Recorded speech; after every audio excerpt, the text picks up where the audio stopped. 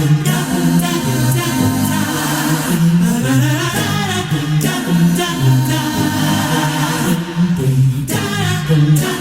he is from New York, that Kevin McCullough. And my next guest, I'm very happy to welcome back to That Kevin Show, because she is one of the foremost people that I thought of when I heard the news just recently that Henry Kissinger had passed away, a man that by any measure impacted generation after generation after generation of presidential policy, and really in some of the world's biggest crises in terms of ongoing conflicts and war, not the least of which is the Yom Kippur War.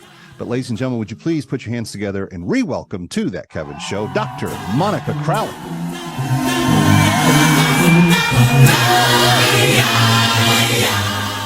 Hello, Monica. Good to see you. Hi, Kevin. Great to be back. Thank you for having me. The minute that I heard of Mr. Kissinger's death, I thought back to our previous conversation, just the last one that we had when you were with us, and you were talking about the days of working with former President Nixon, and in the process of that, being introduced to Mr. Kissinger and actually having kind of a footstool at history here. What have been your thoughts since his passing?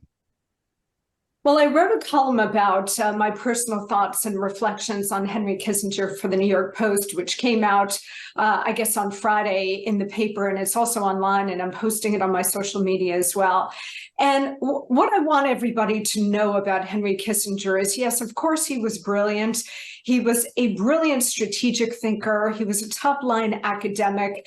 But he was also one of these rare diplomats who could also have one foot in the academic world. So he knew how theory was presented, but he also knew how to apply theory to the real world. Not a lot of people can do that, but Henry Kissinger could.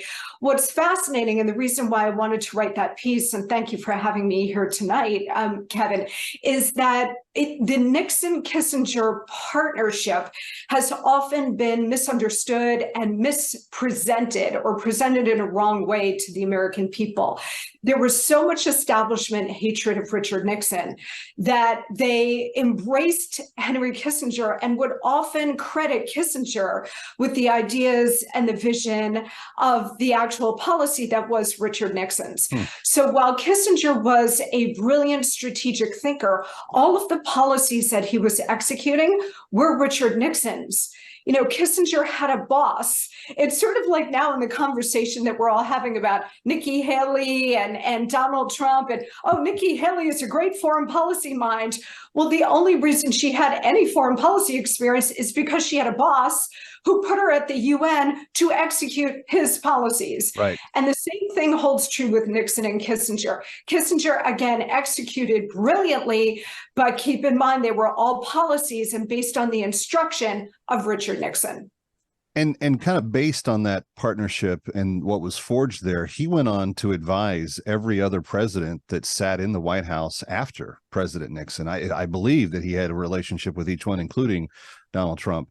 I can't help but kind of be a comparison of Tony Blinken's press conference on Thursday of this last week, and kind of the disaster that it was in terms of the confusion of the message to Hamas and to Israel and to the greater watching world and even to the United States, and kind of compare that to the clear thinking you were just identifying that Kissinger was known for. You said that he had both a grasp of the theoretical, but also the practical. Has that been largely missing in State Department diplomacy ever since his departure? You know, I opened my column in the New York Post this week, Kevin, by talking about heavyweights. We used to have real heavyweights, intellectual and political heavyweights, running the government, running the culture, you know, leading us in a positive, constructive way. Not always, but the vast majority of the time. What we are really missing now are those kinds of people with the intellectual heft and moral clarity of like the Nixon-Kissinger team. Now, very controversial. I know a lot of their policies, and Kissinger was very controversial. I get that. Every president, every secretary of state makes mistakes.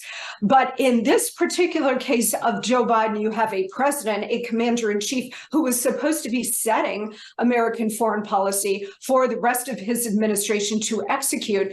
He is corrupt, demented, and a fool. So you have the person at the top who's a buffoon and compromised. And then everybody who follows down through his administration, who is supposed to be executing American foreign policy, guys like Tony Blinken, they're either compromised or incredibly weak. So there are no heavyweights as far as the eye can see with this administration. And the result is what you're seeing around the world. When the United States is weak and or perceived as weak, the good guys retreat, the bad guys advance, and the wheels come off the world. This is why you have a hot war in Eastern Europe, a hot war now in the Middle East, China on the rise and increasingly aggressive in the Pacific Rim. All of these things are a direct result of the fact that we do not have any heavyweights in government right now. Well, in order to have that, you have to have that person at the top have their word mean something. And I think that one of the things that I learned from reading your piece about Nixon and Kissinger together was that when Nixon would set forth the policy, there was zero daylight between he and what was then communicated.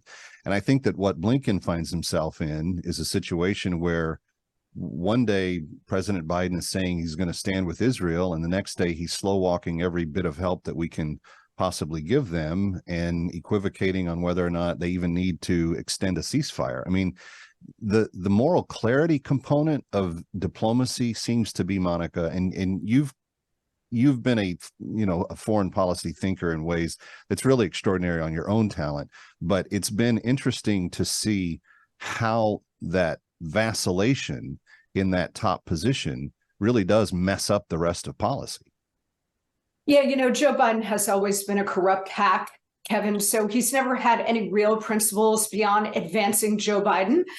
So nothing has ever really guided him. Dr. Monica Crowley, thank you for sharing some of your thoughts on this legendary figure by any measure of history. We appreciate it. My pleasure, Kevin. Thank you. Kevin McCullough coming right back from Times Square. Don't go away.